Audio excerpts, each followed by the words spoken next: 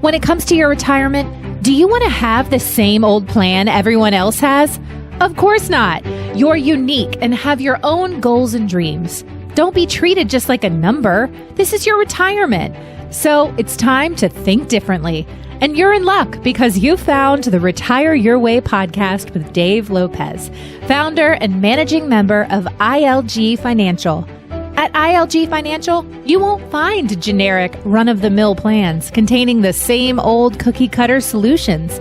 Dave and the ILG Financial team focus on building one retirement at a time using their Think Differently philosophy. And that means your own comprehensive plan with customized solutions built to achieve just one goal, yours. So put on your Think Differently hats and get ready to take back control of your retirement today. And for all the tomorrows to come, ILG's Financial Retire Your Way podcast was created just for you, and it's starting right now. Welcome to the Retire Your Way podcast with Dave Lopez, the founder of ILG Financial. Wherever you happen to be today, thank you so much for listening to this podcast. We always enjoy doing it. And Dave, first of all, how are you? We haven't talked in a while. You know what? I am doing great. It is sure always good to get together. I know it's just you and me talking, but we know we've got our listeners listening in, and just knowing everybody's there.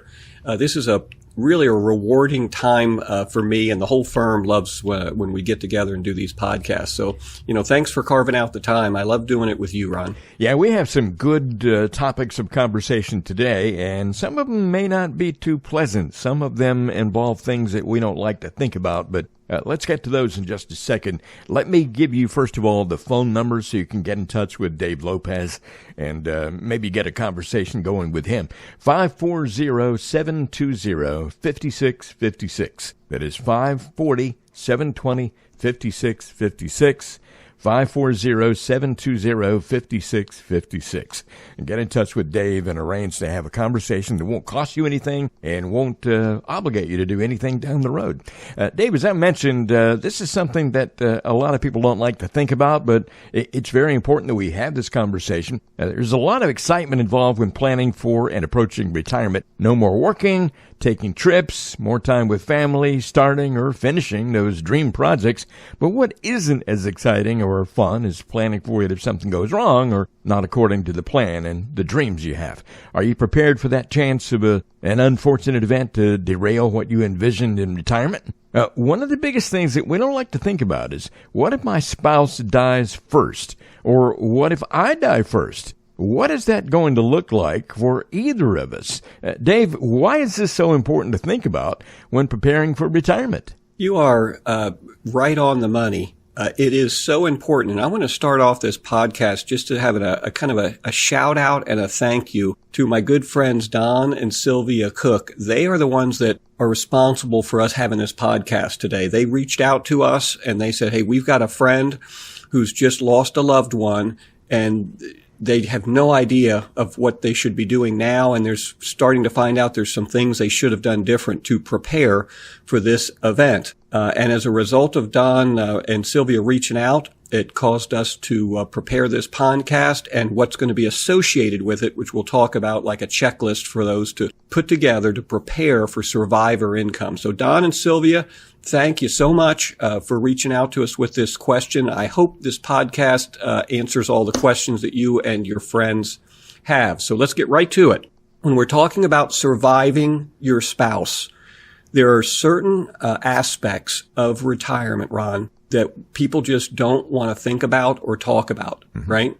No matter what phase of life we're in. But when it comes to retirement, it is crucial that we conquer that hurdle. And what I mean by that is you've got to drop the emotion associated with thinking about death or dying or things like that, and just really look at it in a planning process, right? You have to plan for the possibility of the worst. You see, it's almost certain that we won't die at the same day as our spouse. My grandparents died, believe it or not, 1 week apart. They were 82 years old. That is not the norm. Yeah, that happens right? so often, though, with, older people who've been together forever, It does. But the odds are really stacked the other direction, right? That one of you is going to outlive the other, and maybe dramatically, right? So if that happens, if one of you dies first and then the other one has to go on for years, perhaps, what are we going to do? Is everything going to work? Is our plan going to work with one of you instead of two of you, right? If something sudden happens, though tragic, right, it is something that will absolutely have an impact on your financial future and your quality of life if you don't plan accordingly. Right.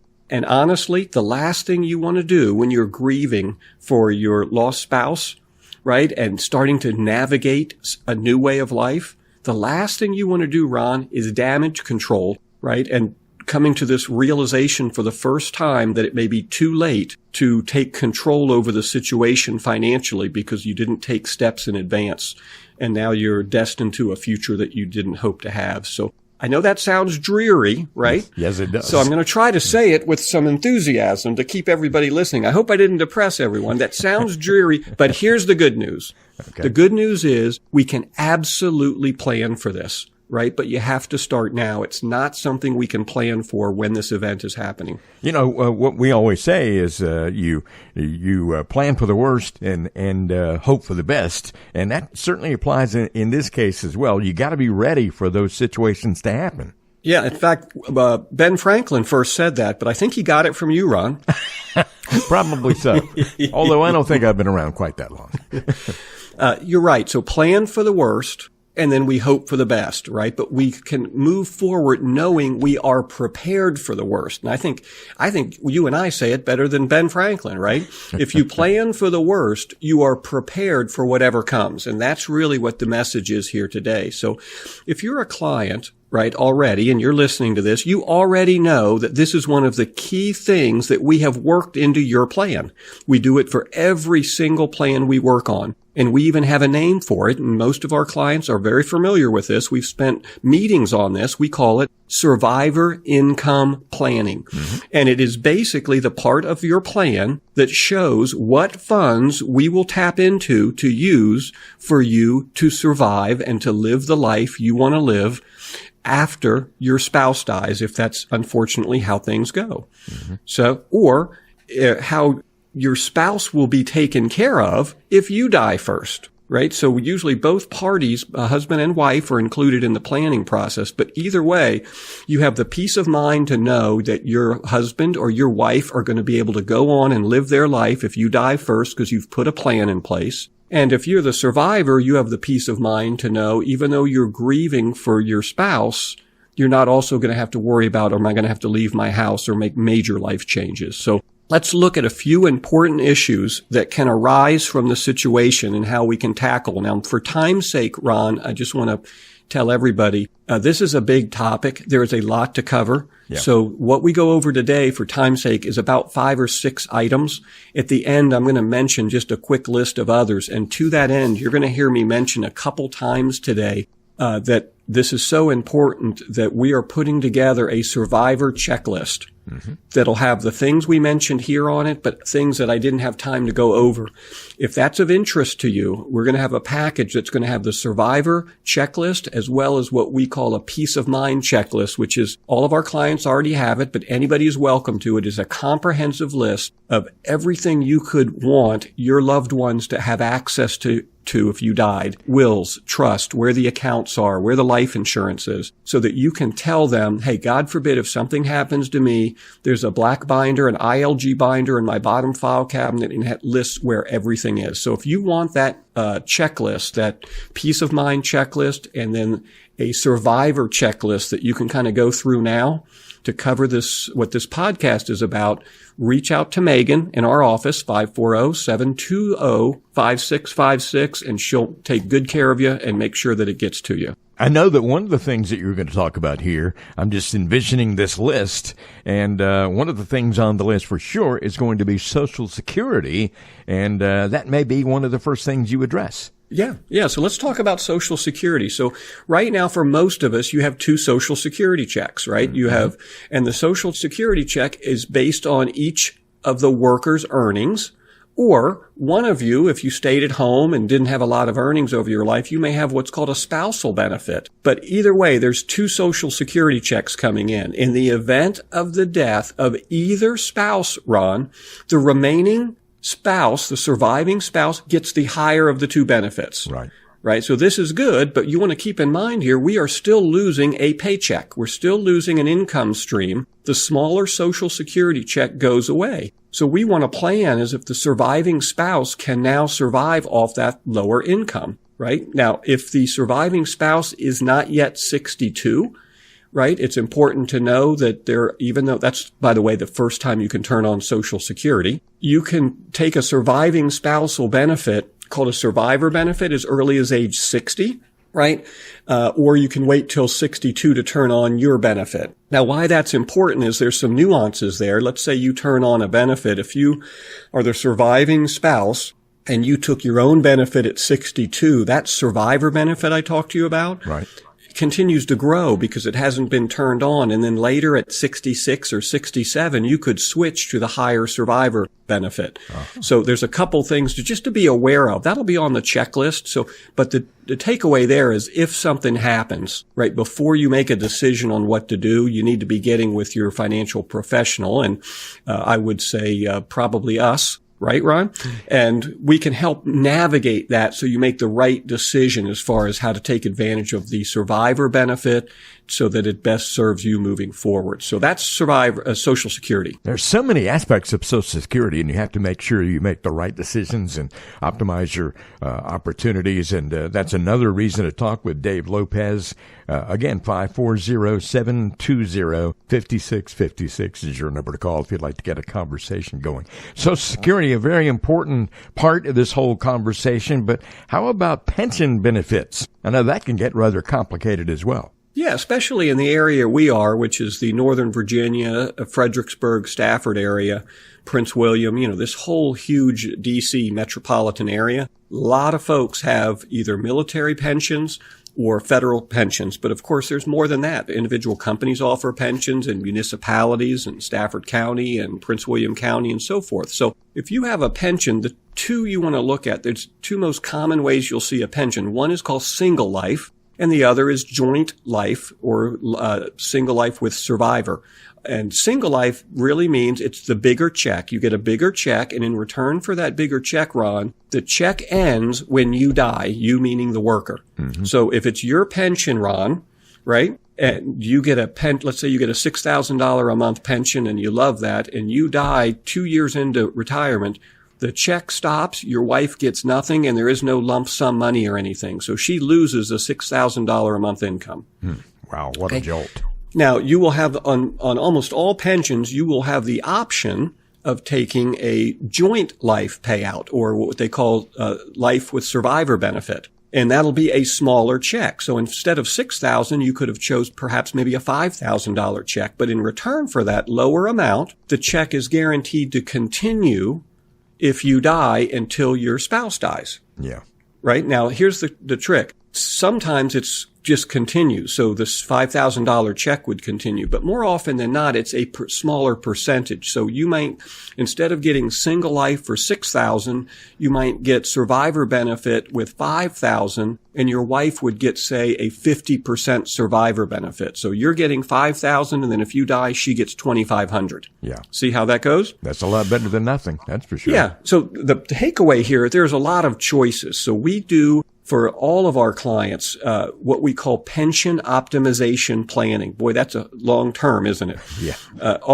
We call it is we'll do the math for you. Just remember, when it comes to pensions, we'll do the math for you. So before you select your pension, please come in and see us, bring your options in, and I can run the math, and together we can decide what's the best option for you, because there's not one size fits all. And I'll give you a great example.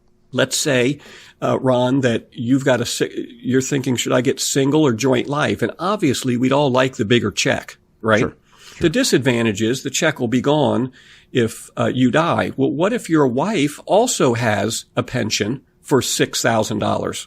right? And your lifestyle, your budget, you guys are only living off $3,000 a month. So you've got huge positive cash flow. And when we do the survivor income planning, what we find is that even if your wife loses your pension, her pension is double what she needs to live off of. Yeah. Right? So what we might say in that situation is, hey, if that's the case, both of you take the bigger single life. We're going to hope and bet that you both live to 90. So we're going to get these bigger checks. But even if we don't, the survivor's fine.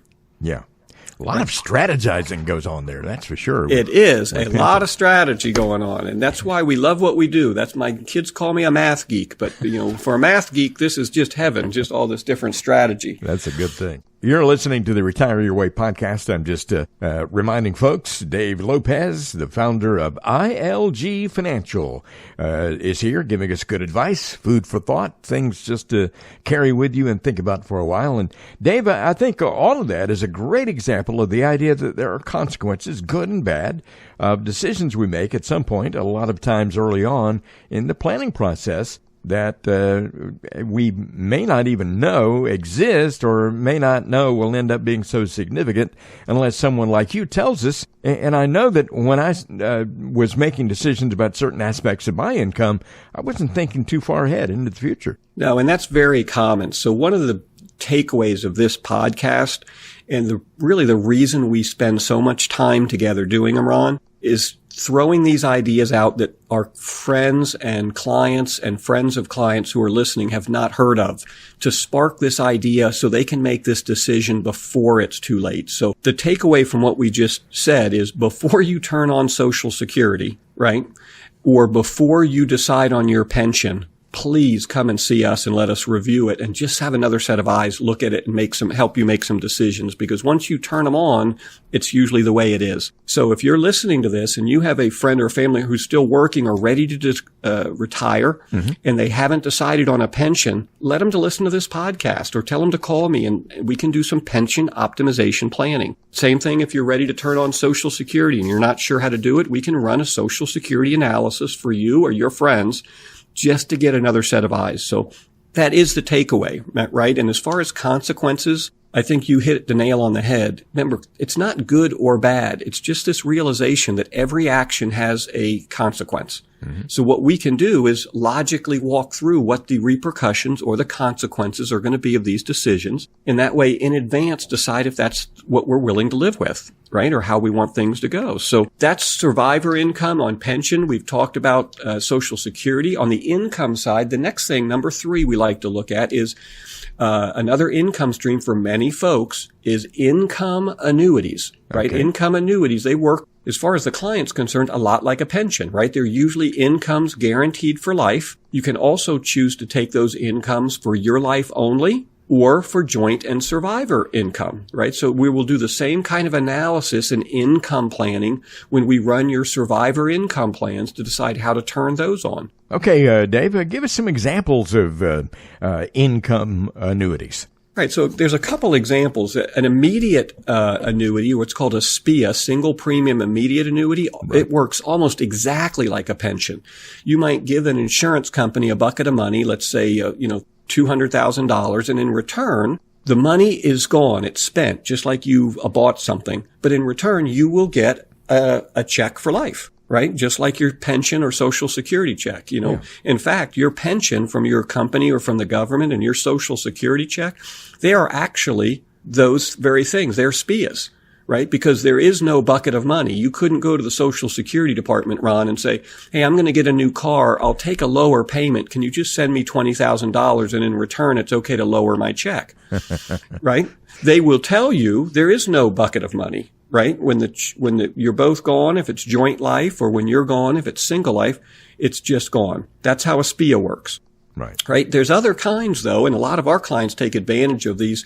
These are annuities, and there's a couple different types, but they have what's called income riders, and they're very attractive because just like the SPIA or just like your pension, they give you an income guaranteed for life. But if you die first and it's single life, your spouse or your heirs get whatever's left of your bucket. So think of that same $200,000, but you still technically own that money, and you're getting a check every month, which is literally just a withdrawal from that $200,000. But if you died early, instead of your wife getting nothing or your kids getting nothing, they'll get whatever's left of the $200,000. Yeah. That's very attractive to most people. Also, you still control the money. So if something changed and you said, hey, I won the lottery, I don't need this check anymore, you could stop the check and then your account would stay static. And of course, it would continue to grow because it's getting some interest there. So those are some options. But again, it doesn't change the fact that that needs to be part of the income planning while you're alive. We call it planning in retirement.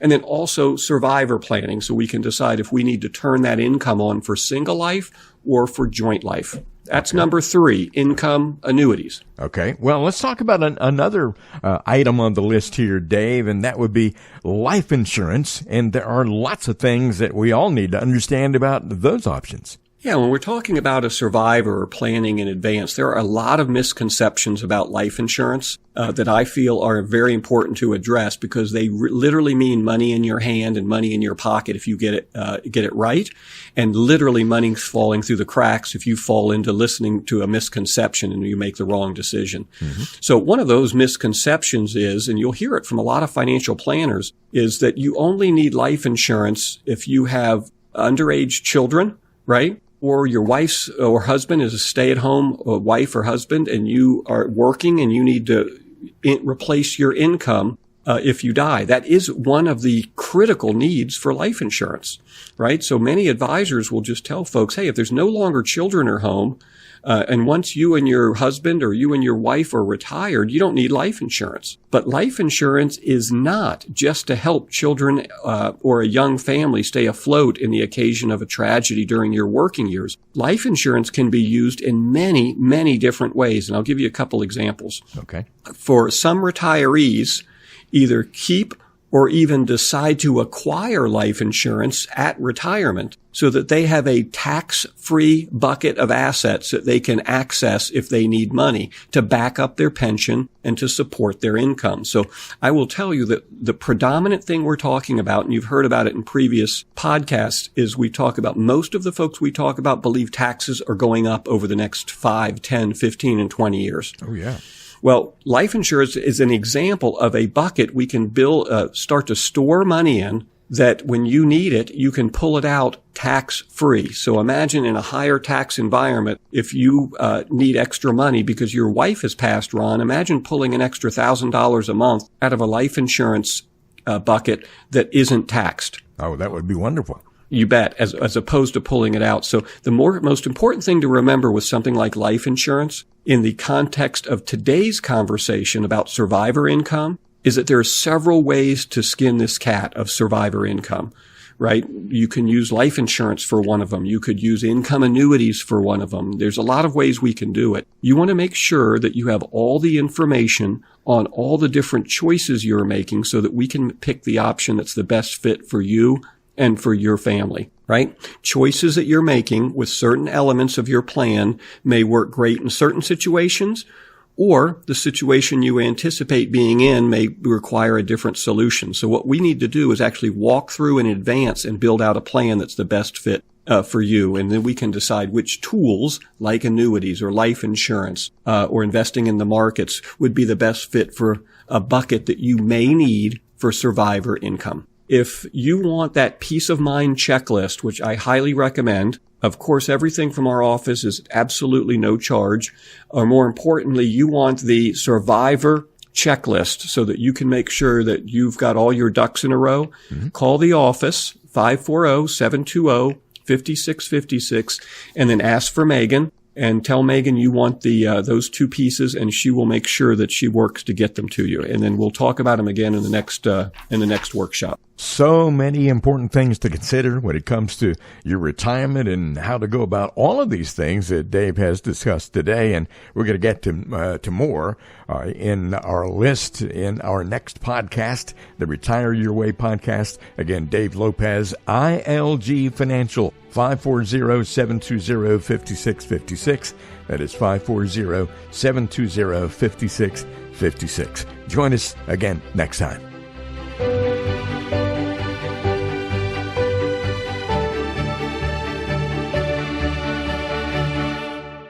Information provided is for educational purposes only and is not intended as investment advice for any individual or entity. All information contained herein is believed to be from reliable sources. However, we make no representation as to its completeness or accuracy. The views presented today are those of Dave Lopez and not necessarily represent the views of Alpha Star Capital Management, LLC. The opinions expressed are subject to change without notice and do not constitute financial, legal, or tax advice. Please consult your financial professional before executing any financial strategy. Investment advisory services offered through Alpha Star Capital Management, LLC, registered investment advisor. Alpha Star and ILG Financial, LLC are independent entities.